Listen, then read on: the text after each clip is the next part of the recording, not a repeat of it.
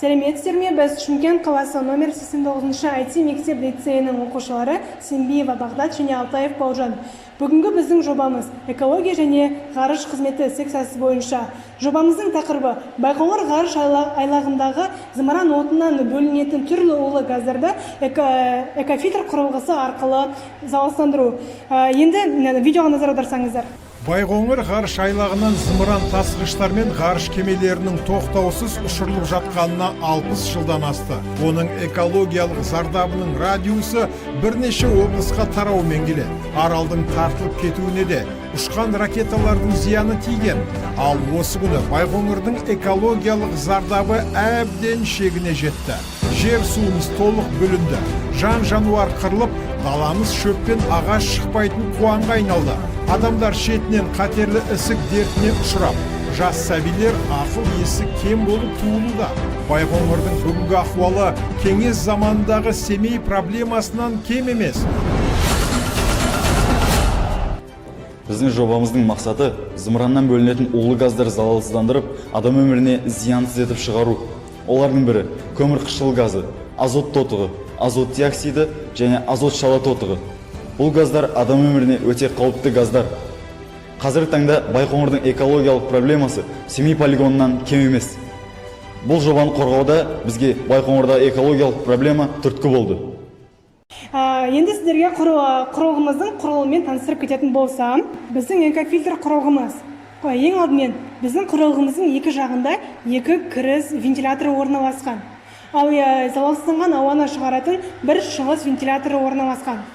Жалпы құрылғыда кіріс газ датчигі, шығыс газ датчигі, дисплей, мотор және түрлі цветодиодтар орналасқан.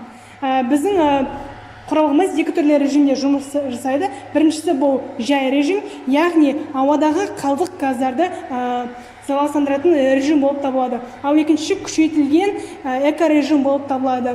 Яғни зымыран ұшқан кездегі түрлі улы газдарды залалсыздандырып шығаратын режим болып табылады. Ал енді құрылғымызды практикада менің серіктесім Бауыржан көрсетеді. Мен бұл экофильтр құрылғының қалай жұмыс жасайтынын көрсететін болсам, бізде арнайы улы газ алып кіріс газ датчигіне себетін болсақ, өздеріңіз көріп тұрғандай қызыл диодты біздің светіміз қосылады. Бұл дегені біздің экофильтр құрылғымыз жай режимнен эко режимге ауысты дегені. Келесі кезең бізде мотор арқылы арнайы натрий гидроксид ерітіндісі фильтрге қарай барады. Бұл кезде сырттан кірген улы газдар залалсыздандырып, таза етіп өңдеп шығарылады. Бұның нәтижесін біз дисплейден көре аламыз. Яғни CO2 газы 57%-дан 6%-ға дейін залалсызданды, ал NO2 газы 32%-дан 4%-ға дейін залалсызданды. Біздің осы құрылғымыз осы тұрсында биіктігі 33 см, ал ені 23 см-ден тұрады. Ал бұл өзіне талап ететін қуаты сағатына 387 милливатт.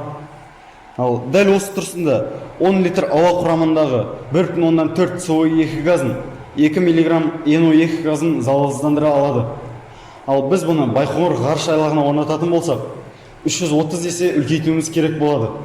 Ол кезде біздің экофильтр құрылғымыздың биіктігі 108 метр, ал ені 75 метрден болады. Ал өзіне талап ететін қуаты 120 ватт. Ал біз бұл Байқоңыр ғарыш айлағын толық қамтамасыз ету үшін бұл құрылғыдан 20 дана орнатуымыз керек. Қорытындылай кетсек, біздің бұл құрылғымыз тек туған жеріміздің тек экологиясын ғана тазартпай, Байқоңыр өңіріндегі тұрақталған 77 мың тұрғынның таза ауамен тыныстауына себепші болмақ. Бұл құрылғымыз тек Байқоңыр ғарыш айлағындағы экологиялық проблеманы ғана шешпей, басқа да елдегі ауа экологиялық проблеманы шеше алады. Назар қойып тыңдағандарыңызға рахмет.